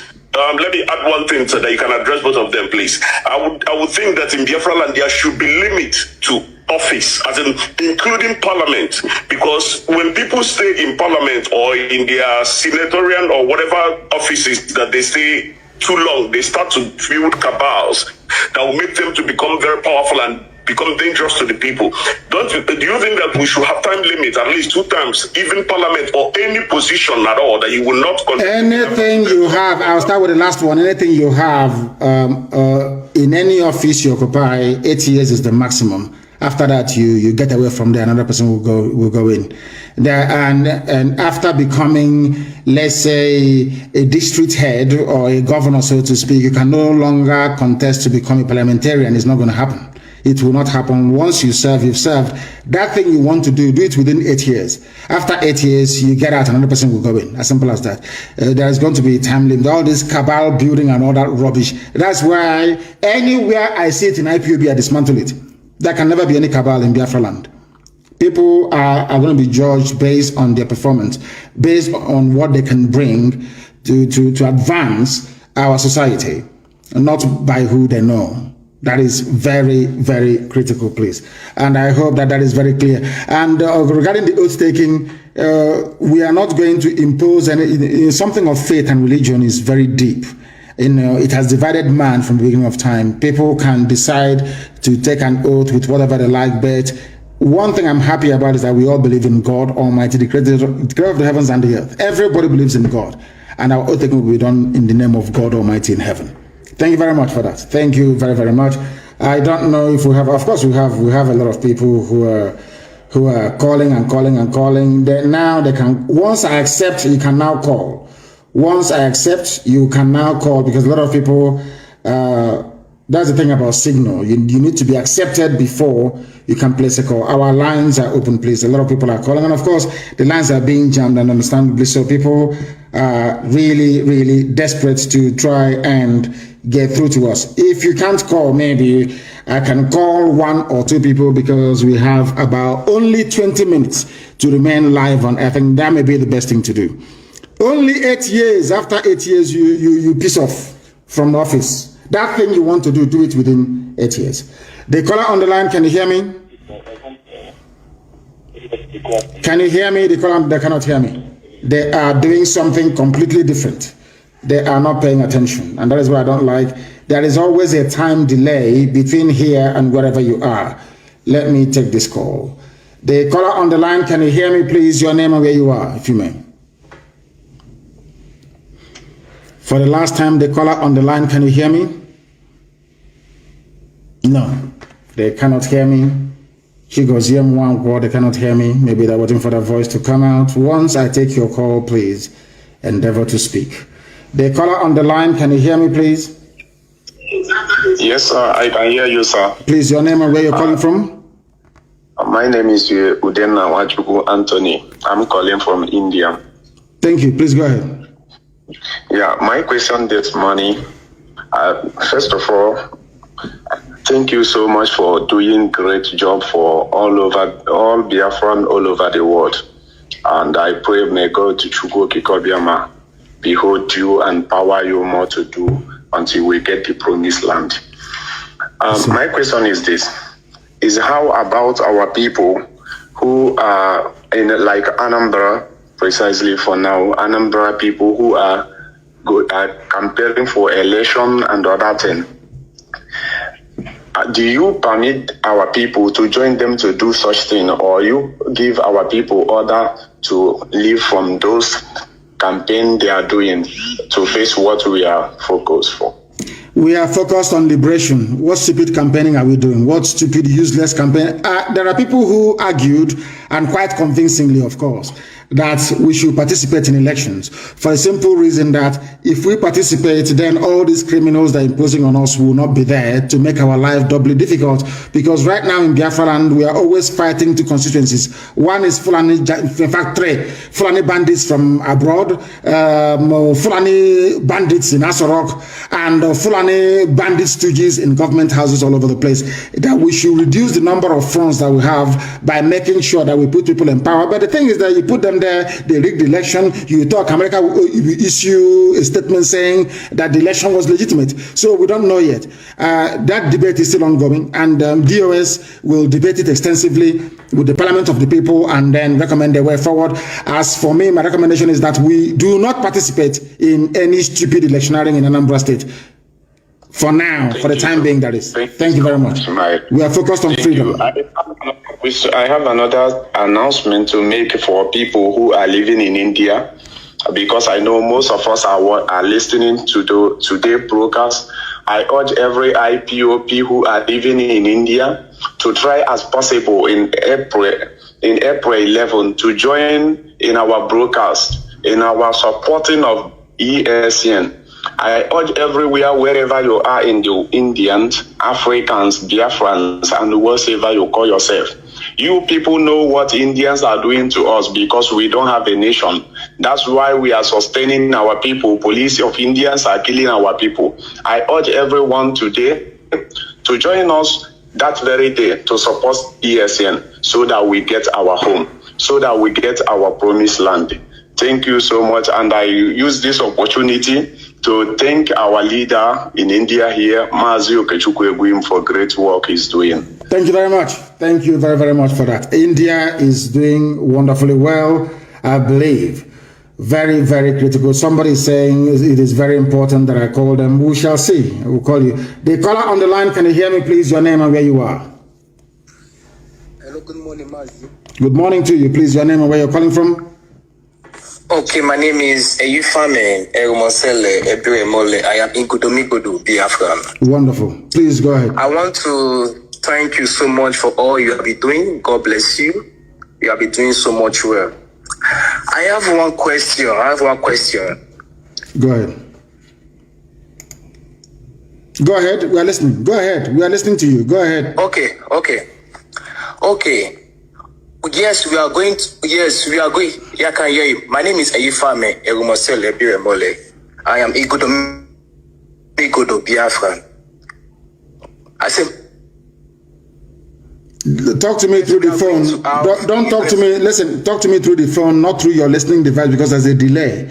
The speed of sound is about 800 something odd miles per second. So I'm very, very far from you.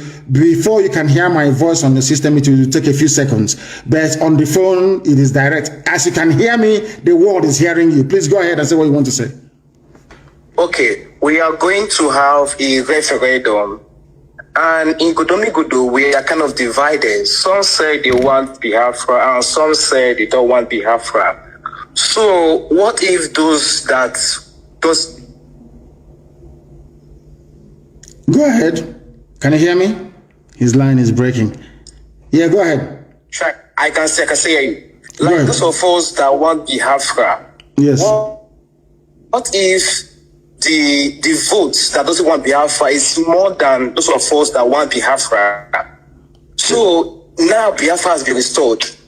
Are we going to have a new Igudomigodo in Biafra land? Since we are divided. Some say we want Biafra, some say they don't want Biafra. So those of us that want Biafra, we're going to live in Biafra and form our own Igudomigodo and leave our borders behind. So that's my question for this morning. Then I'll answer it this way. You campaign and you go to a referendum and it goes, the majority says they don't want Biafra. Then Igudomigodo will not be part of Biafra. Because the majority will always carry the vote. It's one man, one vote, one woman, one vote. If that is it is your responsibility and duty to campaign, that is where you have a campaign to win more people over. But I do know that if there is a referendum today, people will opt to come, Igudomigodo will opt to come with Biafra. I know that for sure, because they know that Biafra is the light of Africa and indeed the light of the world. They want to come with Biafra, of course. So don't be too despondent. But in the case where Igudomigodo turns to and says they don't want Biafra, then we have to respect the wish of the people. Whatever they want is what we're going to give to them. Then people like you can now migrate towards the same Edo. I think Iwakre is naturally Biafra anyway, which is Ebanke. Then you move slightly to Ebanke to be part of us. Okay. As simple as that. And I'm sure Ubiaja, which is Eshan, will come with Biafra anyway. Yes, so you're talking about the main Bini Kingdom itself, inside Bini City, Bini Kingdom itself, inside Bini City. That's entirely up to them where they want to go. But I do know for sure that Isoko, Urobo will come, Ubiaja will come, and all the other outlining ethnic groups that will come with us. That's what I know for sure. Okay. I'm not sure that Bini City itself would come, because Biafra will be a republic only if some special arrangement can be reached. Because Biafra is going to be a republic in every way. Every man must be born equal before God and before the law. Okay? Okay. Thank you very much. Thank you so much. Thank you very, very much. Igudomigodo is also with us, of course. Biafra is ever. Forget about all the nonsense that some media say, we are Aborigine of Cross River and of this. I feel sorry for them, but men at work, even in Akwa Ibom, men at work. Biafra is everywhere. There is nothing anybody can do about it. Are they going to arrest us? Yes. Are they going to do all these things? Yes. But in the end, Biafra will come. And as they're arresting us, we're also arresting them. Mind you, we're also arresting them. And in the fullness of time, you will see evidence of that. They call on the line. Can you hear me? Yes, I can hear you, Mazi. Good morning from India. Good morning to you. My name remains Mazi Okibaram Chedozi. Mazi, I don't have a question. I just have an announcement to make. Though one of our brothers from India has called, but Mazi, the reason why I'm calling is to urge you, because to be honest, we are putting work on the ground regarding our fundraising event on the 11th of April 2021. That is next week, Sunday. And Mazi, the fact is that we can't have that event without you speaking to IPOB or Biafrans in India. All of us are eagerly waiting. A lot of work has been put. Our brother that called thanked our national coordinator, Mazi Okechukwu. We are doing marvelously well to bring everybody of Biafran origin, all the communities of Biafran origin, we are reaching to them and make sure that everybody is involved in that event. Mazi, this event will mark the beginning of IPOB in India, because we want everybody that is a Biafran here to be an IPOB member. That is our target. So speaking to us that day, communicating to Biafrans that day live will mark the start of whatever we are going to do from here. So it's on Sunday, the 11th of April 2021. We can't afford to not having you speak to us that day. That is all I have to say. And as well, I'm urging every Biafran individually, collectively, and otherwise to be part of that event. We have to get prepared, because this is the only thing we got. If we lose ESN, if ESN fails, we have failed. And at this time, we cannot afford to fail. That is all I have to say. Thank you very much for that. And I'm sure our people now understand it, unless they want to be refugees in Amazonia. And Amazonia, there is also a war going on there. Unless maybe we want to go into the sea and drown. You know, if you don't support ESN, the next option is that you go, they'll take your land from you and you go on exile.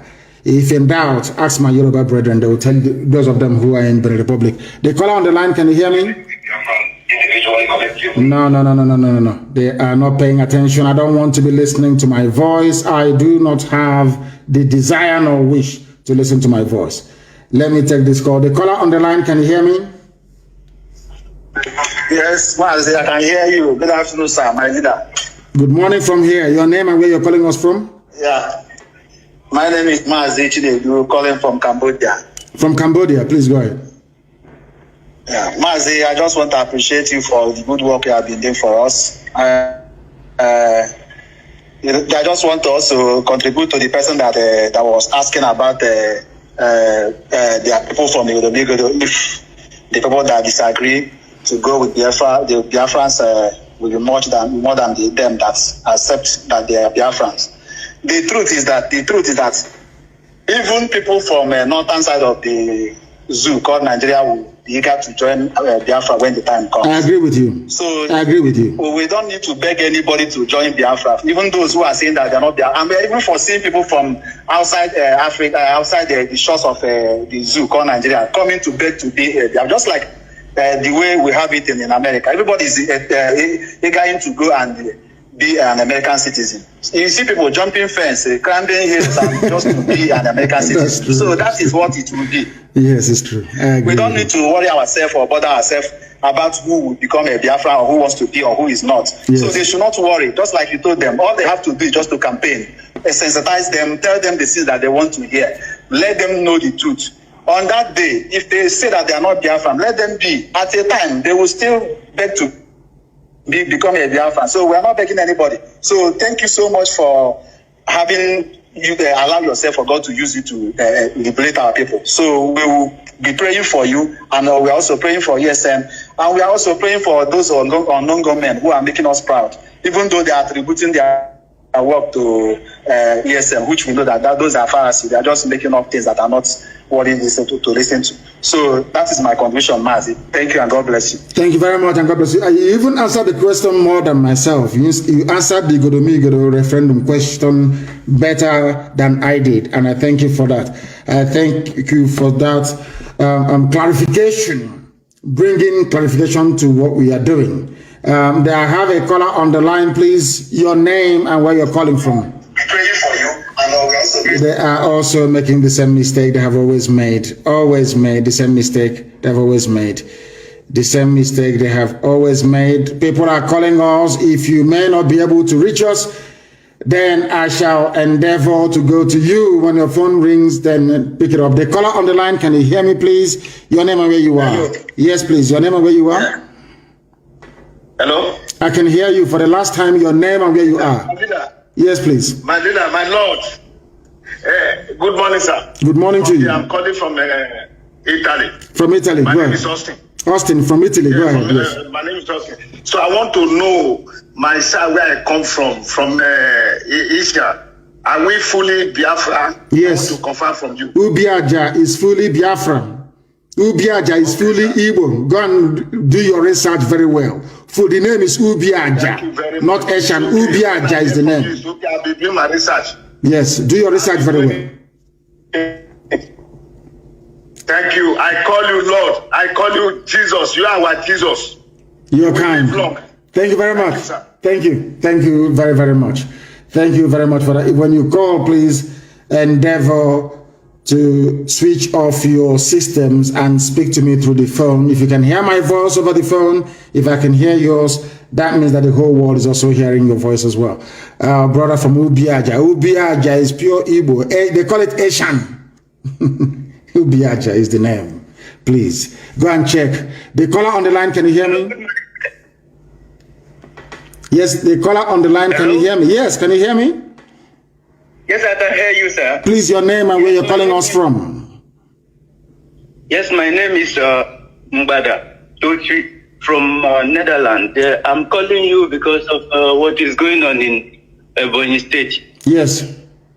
Go ahead. So, the Umahi is trying to divert the attention of the people from what he's doing to our people there. He's actually committing ethnic cleansing. That's what he's doing. This is clear. I wish I can hear you louder because since I pick your call, I can't hear you very well. So, but let me just be saying what I'm saying. Say what you have to say. We are hearing you. Say what you have to say. The world is hearing you. Umahi is committing clear ethnic cleansing in Ebonyi State, and he doesn't want anybody to hear about it. Even the first time that Channel Television went to cover the news, he threatened them. In fact, he arrested many of them. He don't want anybody to hear about what he's doing in Ebonyi State. He connived with the local government chairman there, Mr. Or somebody, to do the job, and they are doing it. He's even importing many thugs from Ondo and some part of Hausa to come and clear the people. The people are called the Zar people. So, and he has failed. My dear brother, he has failed. He has failed. I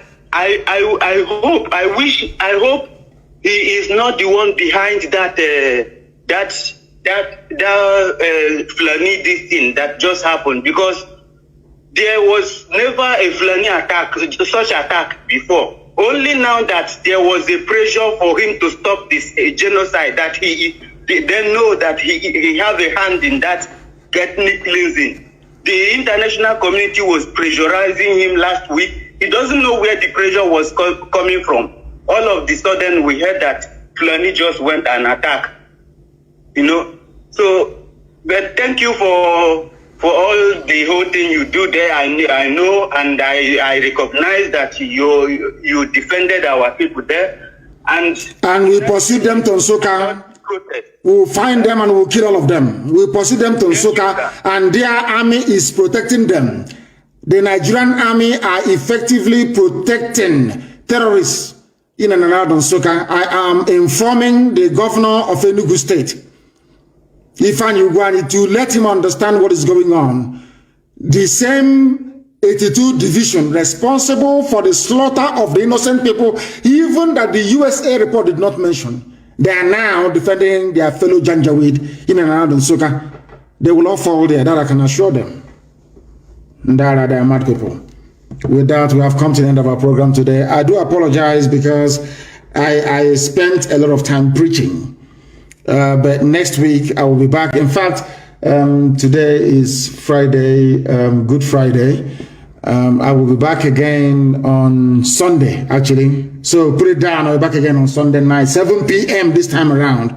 7 p.m. on Sunday, I'll be live on air to continue the propagation of this gospel of redemption. Sunday, 7 p.m., I'll be back live on air. And then next week, Friday, Chukwukikabiama permitting, of course, we shall be back again with our full question and answer session. I'll be back on Sunday. Please note it down everywhere. Our media especially, note it down. I will be back again on Sunday. We will be on all platforms. On this nascent Facebook page that I've just opened, which they are suppressing, of course, we will be live again on YouTube, on Twitter, and on our apps as usual, including FM in Biafra land. Once again, I thank you all very much for listening. And I feel for those who have been trying to get through but couldn't get through. Next week, Friday, is another appointment. Please try and get through to us by then if you have an opinion or view to air. Once again, thank you very much for listening. With all the love in my heart, from me, from here, it is good morning.